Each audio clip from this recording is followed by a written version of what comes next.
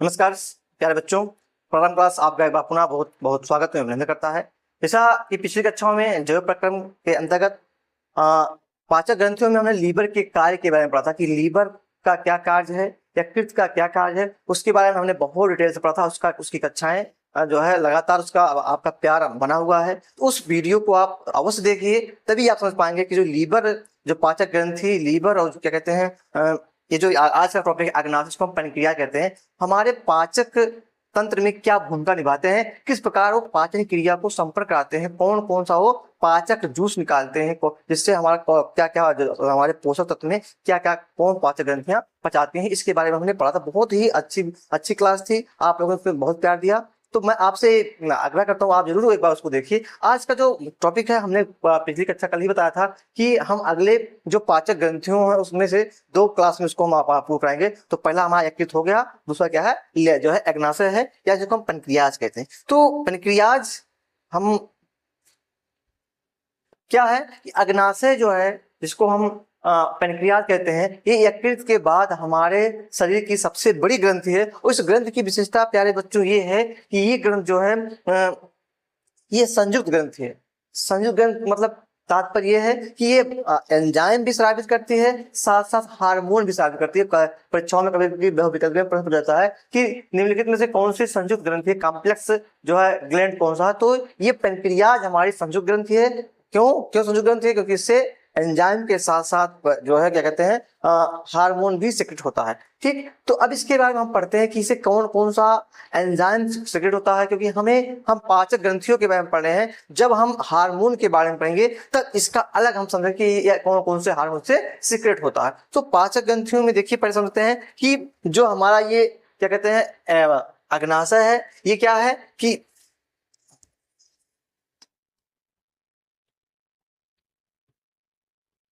अग्नाशय यकृत के बाद शरीर की सबसे बड़ी ग्रंथि है।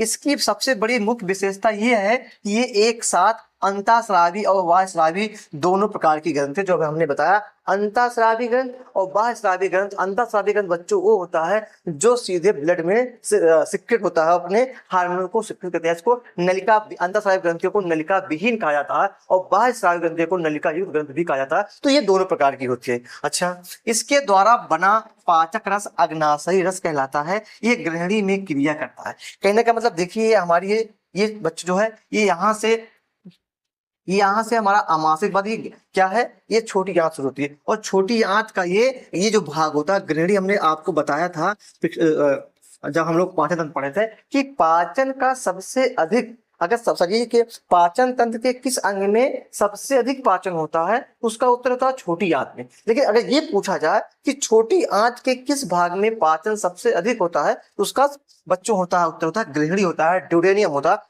क्यों? और इसमें क्या कर रहा है कि ये ग्रहणी में जो अग्नाशय होता है, ये अपने सारे रस को कहाँ ग्रहणी में गिराता है, ग्रहणी में ही छोड़ता है। अच्छा, इसके 3 भाग होते हैं, 4 भाग होते हैं। हेड, क्या होते हैं इसके 4 भाग होते हैं। हेड होता है, नेक होता है, बॉडी होता है, टेल होता है। थोड़ा सा हम इसके बारे में अग्नाशय के बारे में पढ़े थे। क्या है आपके अग्नाशय का वह चौड़ा भाग जो आपके ग्रहणी के वक्र में होता है, उसे सिर कहते हैं। फिर है नेक, गर्दन। आपके अग्नाशय का छोटा सा हिस्सा जो सिर से आने तक फैला होता है उसे गर्दन कहते हैं। फिर है बॉडी, अग्नाशय के शरीर का गर्दन के बीच का मध्य भाग जो ऊपर की ओर फैलाता है उसे बॉडी कहा जाता है। फिर है पूंछ, अग्नाशय के सबसे पतला जो भाग होता है इसे पूंछ कहा जाता है। इसको हमने क्यों बताया, क्योंकि कभी कभी प्रश्न पूछा जाता है कि अग्नाशय में कितने भाग होते हैं। तो अग्नाशय में कितने भाग होते हैं? 4। हेड, नेक, बॉडी और क्या होता है बच्चों, टेल। इसके 4 भाग अग्नाशय के होते हैं। अच्छा, इसके बाद थोड़ा सा हम आगे बढ़ते हैं। क्या है अब है अग्नाशय के सबसे जो महत्वपूर्ण हमको पढ़ना है, अग्नाशय के कार्य क्या है, इसके बारे में हमको पढ़ना है। अग्नाशय के कार्य के बारे में पढ़ना है। क्या बेटा बच्चों कार्य क्या होता है कि अग्नाशय उसके महत्वपूर्ण कार्य क्या है। जैसे हमने यकृत के महत्वपूर्ण कार्य पढ़ा, यकृत सबसे बड़ी ग्रंथ होती है। तो अब अग्नाशय का भी महत्वपूर्ण कार्य है, इसके बारे में थोड़ा सा पढ़ते हैं हम। बहुत इंपॉर्टेंट थोड़ा सा है। क्या है? पहला है इसके बारे में वायस्रावी कार्य। इसके 2 कार्य बताया गया था, एक अंतःस्रावी कार्य, एक वायस्रावी कार्य। तो पहले हम पढ़ते हैं वायस्रावी कार्य, जो पाचन तंत्र में एंजाइमों को छोड़ने में मदद करता है। ग्रंथ ऊतक अग्नाशय रस रचना का 95% हिस्सा बनाते हैं, जो प्रतिदिन लगभग 1 लीटर, इसको क्षारीय 1 लीटर क्षारीय रस स्रावित करते हैं। बहुत ही महत्वपूर्ण है कि अग्नाशय क्षारीय रस स्रावित करता है प्रतिदिन कितना 1 लीटर स्रावित करता है, जिसमें अग्नाशय एंजाइम होते हैं। ऐसे 3 एंजाइम है। पहला बच्चों क्या है, प्रोटीज, या ये समझना है प्रोटीज क्या है, ये ट्रिप्सिन और काइमोट्रिप्सिन नामक 2 प्रोटीज होते हैं जो प्रोटीन को तोड़ने या पचाने में मदद करते हैं। अब देखिए जो प्रोटीज एंजाइम होता है, अब ये किसको, प्रोटीन को तोड़ने और पचाने में मदद करता है। अब यह प्रश्न पूछता है कि प्रोटीन का पाचन कौन सी एंजाइम करती है, तो कौन सी, प्रोटीज होती है, और एक ट्रिप्सिन होता है, एक काइमोट्रिप्सिन होता है, दोनों प्रोटीज होते हैं, यही दोनों प्रोटीन का पाचन करते हैं। ये महत्वपूर्ण कार्य है क्योंकि अपचित प्रोटीन कुछ लोगों में एलर्जी का कारण बन सकता है। प्रोटीन हमारे पेट में रहने वाले कुछ बैक्टीरिया और ईस्ट से बचाता है। दूसरा बच्चों क्या है, एमाइलेज।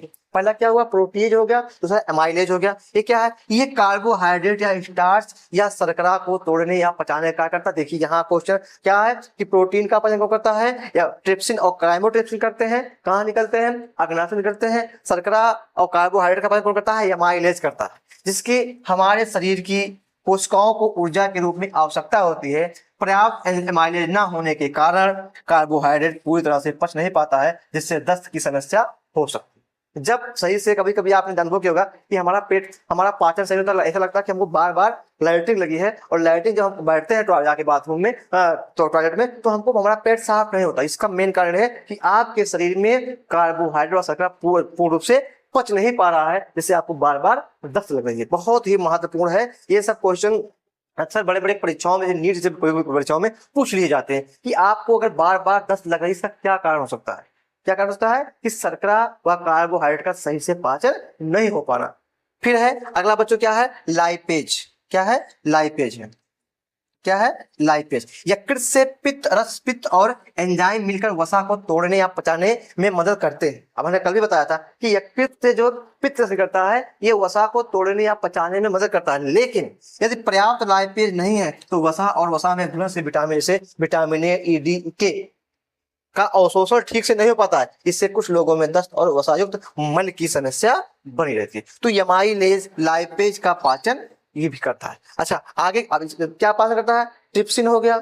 इसके बाद क्या होता है, हमने ट्रिप्सिन, काइमोट्रिप्सिन ये प्रोटीन का पाचन करते हैं। फिर वह एमाइलेज ये कार्बोहाइड्रेट का पाचन करता है, तथा लाइपेज ये क्या करता है, यकृत से पित्त, लाइपेज और जो यकृत से पित्त करता है, ये एंजाइम मिलकर इसका वसा का पाचन करते हैं। अच्छा आगे चलते हैं। आगे क्या है, आगे हमारा बच्चों है कि बी, यह अंतःस्रावी ग्रंथि कार्य। अंतःस्रावी ग्रंथि का कार्य क्या है, हमने अभी पढ़ा वायस्रावी ग्रंथि, माने वायस्रावी ग्रंथि मतलब हमने एंजाइम के बारे में पढ़ा। किसका पाचन करता है, प्रोटीज होता है, जिसमें ट्रिप्सिन काइमोट्रिप्सिन निकलते हैं जो प्रोटीन का पाचन करते हैं। इसके बाद अब इसमें देखिए पहला है आइलेट, जो रक्त में हार्मोन जारी करने में मदद करता है। ये क्या होता है बच्चा, लैंगरहैंस की दीपिका, बहुत ही इंपॉर्टेंट है। लैंगरहैंस की दीपिकाएं कहाँ पाई जाती हैं, तो लैंगरहैंस की दीपिकाएं हमारे कहाँ, अग्नाशय या पेनक्रियाज में पाई जाती है। ठीक, आइलेट 4 हार्मोन स्रावित करता है जो रक्त के माध्यम से पाचन तंत्र के अन्य भागों में पहुंचाए जाते हैं। अब इसमें ये हो गया आइलेट होते हैं, लैंगरहैंस की दीपिकाएं आइलेट का कहा जाता है। ये 4 हार्मोन को स्रावित करता है। कौन, लैंगरहैंस की दीपिकाएं 4 हार्मोन को स्रावित करता है। पहला बच्चों क्या, इंसुलिन, बहुत ही इंपॉर्टेंट है। ये कहाँ होता है, ये बीटा कोशिकाओं में, बहुत इसको नोट कर लीजिए। हाँ, जो इंसुलिन होते हैं ये पेनक्रियाज के बीटा कोशिकाओं के जो लैंगरहैंस के आइलेट का 75% हिस्सा बनाती है, इंसुलिन का स्राव करती है। और आपको पता है,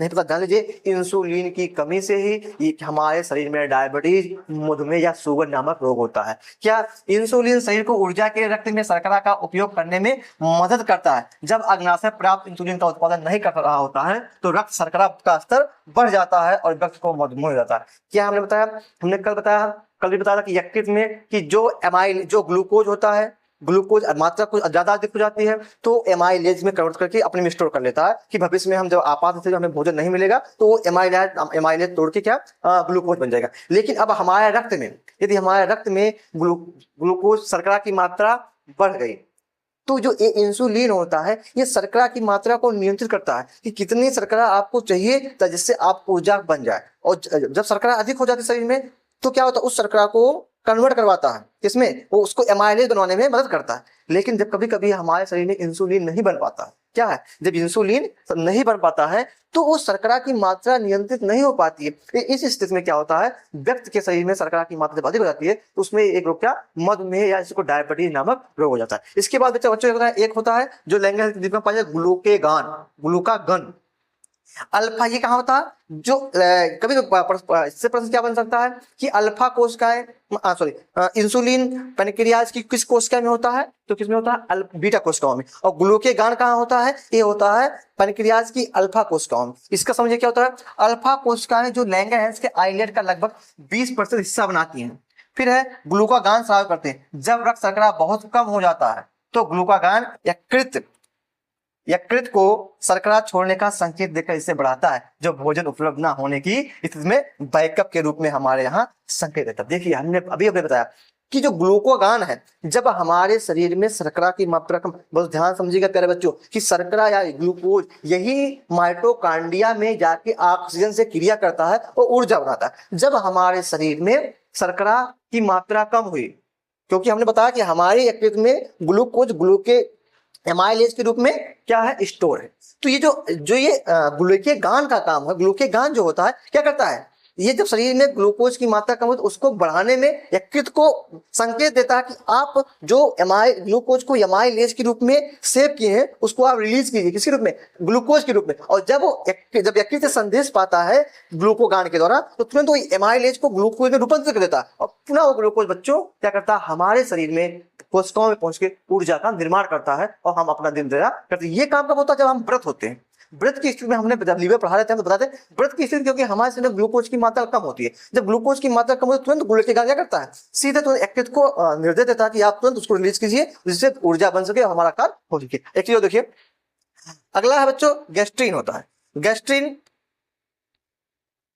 क्या है, गैस्ट्रीन का एक बड़ा हिस्सा पेट में जो कोशिकाओं द्वारा निर्मित होता है, जबकि एक छोटा हिस्सा अग्नाशय द्वारा स्रावित होता है। गैस्ट्रीन पाचन के लिए महत्वपूर्ण है क्योंकि ये पेट का गैस्ट्रिक एसिड बनाने के लिए उत्तेजित करता है। जो हमारे अमाशय में गैस्ट्रिक, उसको हम हिंदी में कहते हैं जठर रस, उसको नहीं पता गैस्ट्रिक रस, गैस्ट्रिक एसिड बनाने में मदद करता है।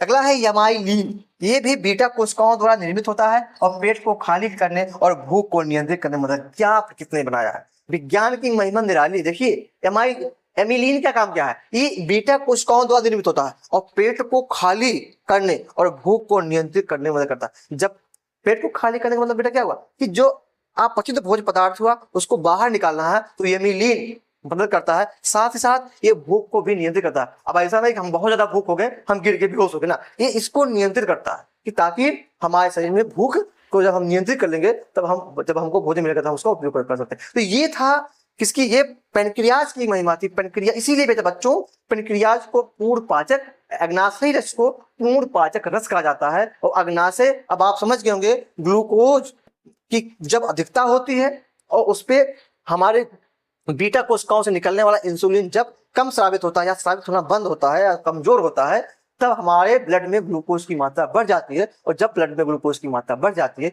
तो हमें क्या होता है, क्या कहते हैं, शुगर नामक की बीमारी या डायबिटीज नामक की बीमारी हो जाती है। तो अगला क्या इसमें था, अगला था ग्लूकेगान। जब हमारे शरीर में ग्लूकोज की मात्रा कम होती है तो वो ग्लूकोज को यकृत से क्या ना ग्लाइकोजन को ट्रांसफर करवाता है किसमें, ग्लूकोज में। तो आज इतना ही था। आज अगली कक्षा में पुनः हम जो प्रक्रम के आगे चलेंगे, आगे चल के हम पढ़ेंगे श्वसन क्रिया कि श्वसन क्रिया क्या होती है। हमने खाना खा लिया, भोजन हमारा पच गया, श्वसन होगा। जब श्वसन होगा इसके बाद तब ऊर्जा बनाएंगे हम, जब ऊर्जा बन जाएगी तब आगे हम पढ़ेंगे किस प्रकार जो हमारे पोषक तत्व ब्लड कैसे बनता है और किस प्रकार से हमारे शरीर में हम लोग डिटेल से पढ़ेंगे। एकदम हमारा हमने पहले था कि हमारा फाउंडेशन बैच चल रहा है, एकदम नीचे स्तर से ऊंचे स्तर तक जाएंगे। अगर आपको लगे कि आपके लिए क्लासें अच्छी हैं, आपके लाभदायक हैं, तो वीडियो को लाइक करिए, इसको और शेयर करिए ताकि और अन्य लोगों तक इसका लाभ मिल सके। आज के लिए इतना ही, बहुत बहुत धन्यवाद।